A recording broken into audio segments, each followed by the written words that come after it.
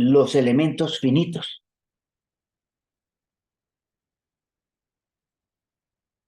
¿En qué consisten los elementos finitos? ¿Cómo se utilizan en la geotecnia? ¿Cuáles son los procedimientos y elementos básicos para modelar problemas de geotecnia utilizando elementos finitos? O sea, en los elementos finitos, la masa de suelo o la masa de roca se divide en pequeños elementos finitos. Y estos elementos se interconectan en los nodos y en los bordes. O sea, cada elemento se comunica con el elemento contiguo en los nodos y en los bordes.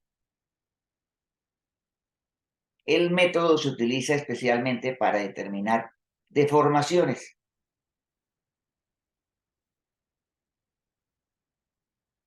Calcular esfuerzos, desplazamientos en los puntos de los nodos. O sea, en cada nodo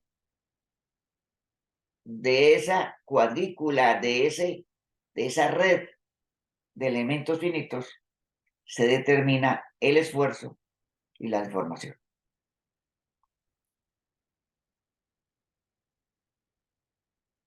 O sea,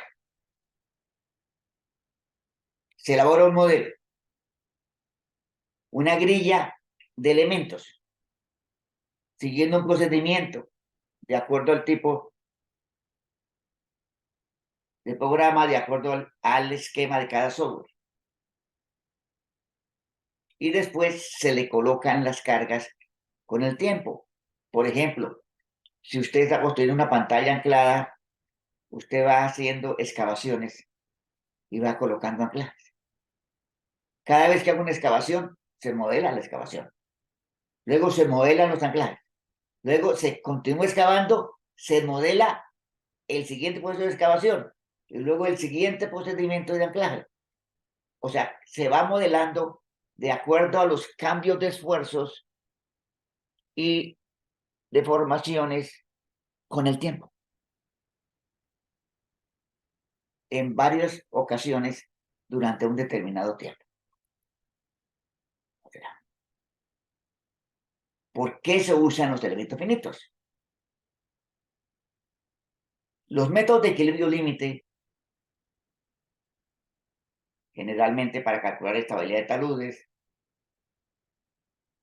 no son representativos de muchas situaciones debido a que no tienen en cuenta las deformaciones y no tienen en cuenta el cambio de esfuerzos y la ocurrencia de formaciones que varían con el tiempo. Para tener en cuenta las deformaciones y tener en cuenta el tiempo, se desarrollaron los modelos con elementos finitos. Se divide la masa en elementos, una serie de elementos. En el caso de Plaxis son elementos triangulares. Otros programas trabajan con elementos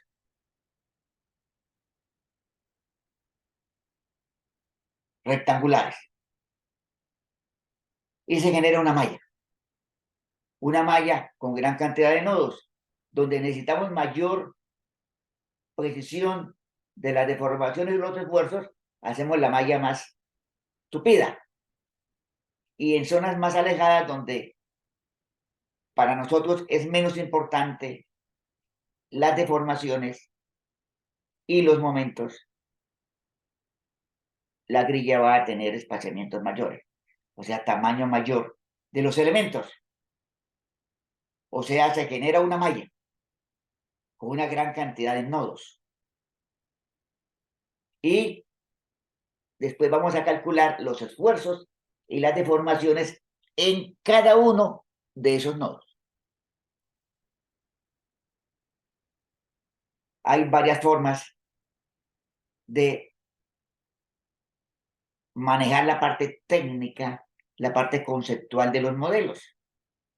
El modelo más común es el modelo Moore-Coulomb. En el modelo Moore-Coulomb se tiene una línea esfuerzo de formación recta, siguiendo la línea negra que se presenta en este dibujo, que sería Moore-Coulomb. Es una línea recta, un material completamente elástico con una sola característica, pero hay que ver que en la realidad no es recta. En la realidad la curva de esfuerzo de formación es curva y tiene unos cambios, tiene una resistencia pico y una resistencia residual. O sea, la realidad no es el Moore-Coulomb. Pero Moore-Coulomb es un criterio técnico sencillo que se puede utilizar para analizar cualquier tipo de modelo utilizando cualquier sistema. Por ejemplo, el caso de elementos finitos. Vamos a hacerlo con Moore-Coulomb. Pero generalmente, en la mayoría de proyectos, cuando elaboramos un modelo de elementos finitos, queremos ir más allá de Moore-Coulomb. Y para ello se desarrolló el modelo Hardening Soil, o sea, el modelo de endurecimiento del suelo, en el cual el modelo es una curva, la curva azul que hay en la gráfica. Moore-Coulomb sería esta línea punteada negra. Y la azul sería el modelo Hardening Soil, modelo de endurecimiento del suelo, que es curva. No es exactamente la realidad, no es exactamente lo que ocurre en un ensayo de laboratorio o lo que ocurre en el terreno en relación a esfuerzo de formación, pero se parece mucho más a la realidad. O sea, el modelo Hardening Soil es mucho más adecuado desde el punto de vista que se asemeja más a la manera como se comportan los suelos.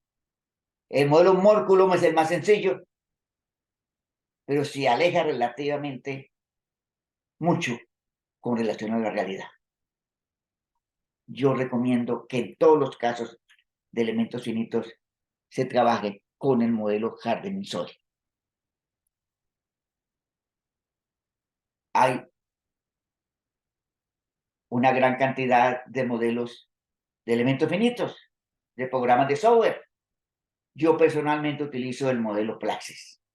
El Plaxis es un software elaborado específicamente para geotecnia. Hay otros programas de elementos finitos, a lo mejor con un sistema más amplio de utilización. En el Plaxis hay 4 secciones, 4 partes. Una sección donde se incluyen, donde se le colocan al software las propiedades de los materiales, las propiedades del talud, o sea, el input. Hay otra parte en la cual se hacen los cálculos que van a ser en varias etapas, de acuerdo al paso del tiempo, etapa 1, etapa 2, etapa 3, etapa 4, en el caso, por ejemplo, de una excavación. Luego viene la parte 3, que es el output, que es entrega los resultados. Entrega los resultados de los esfuerzos y deformaciones. Pero adicionalmente, usted puede tener otra sección en la cual usted puede elaborar dentro del programa Plaxis curvas curvas de esfuerzo de formación, curvas de formación con el tiempo. El programa Plaxis, input, cálculo, output y elaboración de curvas. Finalmente, esas curvas y esos modelos de output son muy importantes. Nos van a mostrar cómo se deforma una estructura, cómo se deforma una zapata, cómo se deforma un muro, cómo se deforma una pantalla anclada con el tiempo, y también los esfuerzos y las deformaciones en el sentido que nosotros queramos. Tiene mucha utilidad y se pueden elaborar cantidad de curvas. Dibuja el modelo, aplica las condiciones de frontera, asigna las propiedades de los materiales, arma la malla de elementos finitos, genera los esfuerzos de inicio, coloca los esfuerzos, los cambios de fuerzas con los cambios de carga con el tiempo y se calcula. Y nos va a dar unas deformaciones y unos esfuerzos. Las deformaciones nos las puede dar en deformaciones medidas en milímetros o también gráficas de cómo se deforman los nudos, gráficas incluso exageradas para que el ingeniero pueda entender cómo se está deformando la masa del suelo. Entonces, ¿cuáles son los datos que requiere de los materiales? Generalmente se requieren los siguientes datos. Módulo de elasticidad de cada una de las capas, de cada uno de los elementos de suelo. Módulo de elasticidad. Relación de Poisson. La densidad. El ángulo de exposición y la cohesión y el coeficiente de dilatancia. Módulo de elasticidad se puede obtener con ensayos de campo, se puede obtener por correlación con el SPT, aunque no es muy recomendable. La relación de Poisson depende del tipo de material. La densidad se mide en campo o en laboratorio. El ángulo de fricción y la cohesión se obtienen o de correlaciones o realizando ensayos de corte directo, ensayos terciales, y el coeficiente de dilatancia, que depende del tipo, características y densidad del material. Entonces, para cada suelo, para cada manto de suelo, se determina el peso unitario seco, peso unitario saturado, relación de Poisson, módulo de elasticidad, cohesión, ángulo de fricción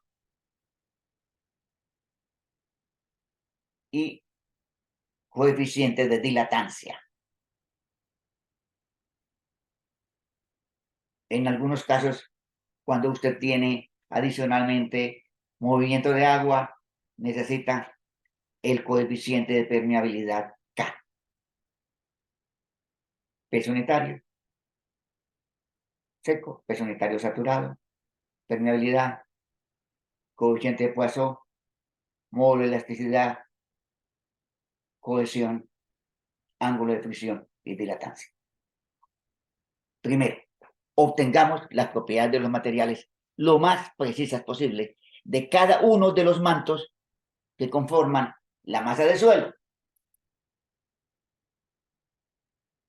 Ángulo de fricción, cohesión, peso unitario, generalmente los ingenieros los obtienen fácilmente.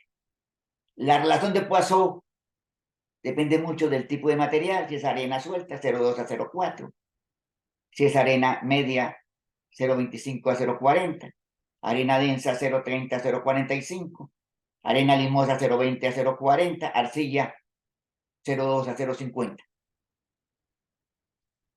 Es importante tener la razón de Poisson, la cual también se puede obtener en un ensayo de compresión. Y la dilatancia. ¿En qué consiste la dilatancia? Que es un criterio que no es de común utilización en todos los modelos de geotecnia. En este caso de elementos finitos, utilizando hardening soil, se requiere tener el coeficiente de dilatancia. ¿Qué es la dilatancia? Cuando usted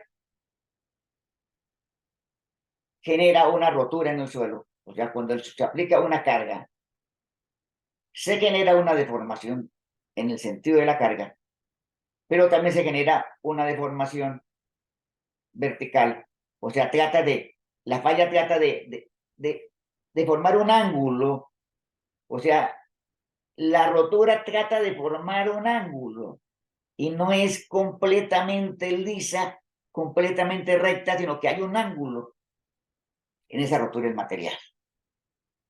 O sea, la resistencia es la fricción propiamente dicha más la dilatancia. O sea, y esa dilatancia es muy importante para poder analizar el comportamiento general de la masa del suelo. Un manto arcilloso, blando, posiblemente el ángulo de dilatancia, el coeficiente de dilatancia es cero. Pero en una grava o un material que tiene bloques y cantos, es posible que esa dilatancia sea 10 o hasta 20 grados. Importante que nosotros aprendamos a identificar y a valorar, a evaluar el coeficiente o ángulo de dilatancia del material, que también está relacionado con el ángulo de fricción. Generalmente cuando el ángulo de fricción es más alto, es que los materiales son más gruesos. Y entre más gruesos los materiales, mayor la dilatancia. Por ejemplo, en una arena totalmente suelta, la dilatancia puede ser 0 grados, pero en un material muy duro, hagamos de cuenta el suelo de Bucaramanga, esa dilatancia puede ser fácilmente 10 grados y eventualmente más de 10 grados. El ángulo de fricción, la dureza del material, nos puede permitir a nosotros estimar ese ángulo de dilatancia, o hacemos un ensayo de corte directo. Ensayo de corte directo, tratamos de determinar el coeficiente de dilatancia. ¿Sí? Entonces, la dilatancia, en algunos casos, puede ser hasta de 20 grados. Generalmente no se toma más de 20 grados. En un suelo muy duro, 10 grados. En una arcilla blanda o en una arena totalmente suelta, 0 grados. Entonces, tenemos las propiedades de los materiales: peso unitario, ángulo de fricción, cohesión, módulo de elasticidad, muy importante en elementos finitos, el módulo de elasticidad, y el ángulo de dilatancia.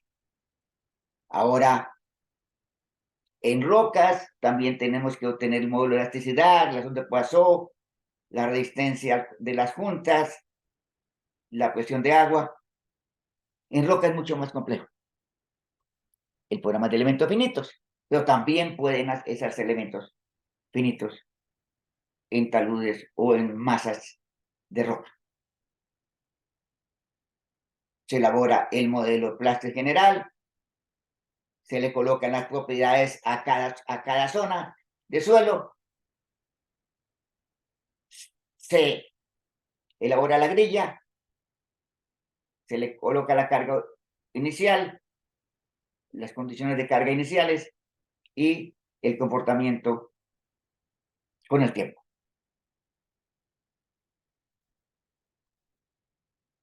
Y también se puede calcular el factor de seguridad del talón, utilizando elementos finitos. El método es un método interesante, diferente, totalmente diferente a los programas de equilibrio límite. ¿Qué es lo que se hace? Se toma el modelo y se va reduciendo la resistencia. Se reduce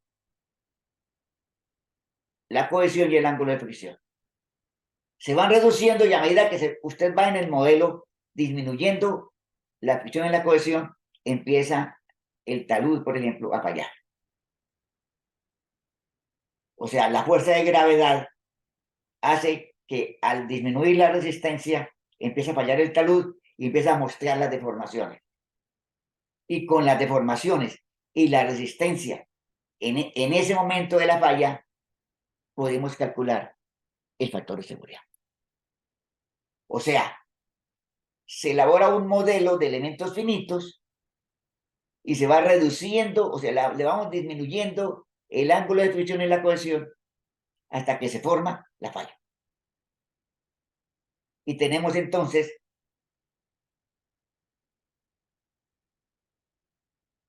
la superficie de falla crítica, y en la superficie de falla crítica, con la información de los mismos programas de elementos finitos, calculamos el factor de seguridad.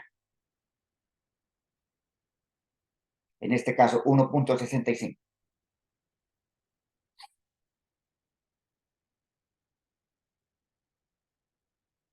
En este caso, 0.93. Y la superficie de falla la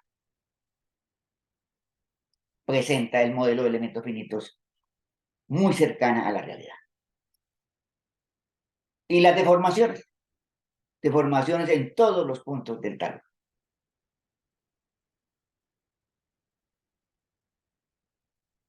Deformaciones en el momento de la falla o con determinado cambio de esfuerzos. Se localiza la posición de falla,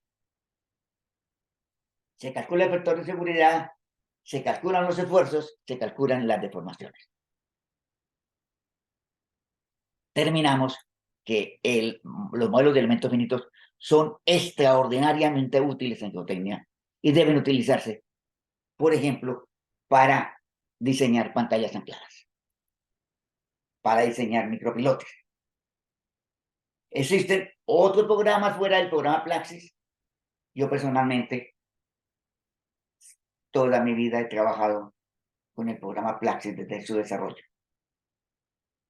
Y hay mucho juego en que usted hace cambios de esfuerzos. A ver, ¿qué pasa si yo bajo el nivel freático? ¿Qué pasa si yo le coloco el edificio? ¿Qué pasa si yo le quito un pilote? Y se pueden analizar cantidad de situaciones utilizando elementos finitos. Bien sea 2D, que es el sistema más utilizado, o 3D. Hay algunos casos en los cuales, por ejemplo, en el caso de un micropilote circular, se recomienda que sea un sistema 3D.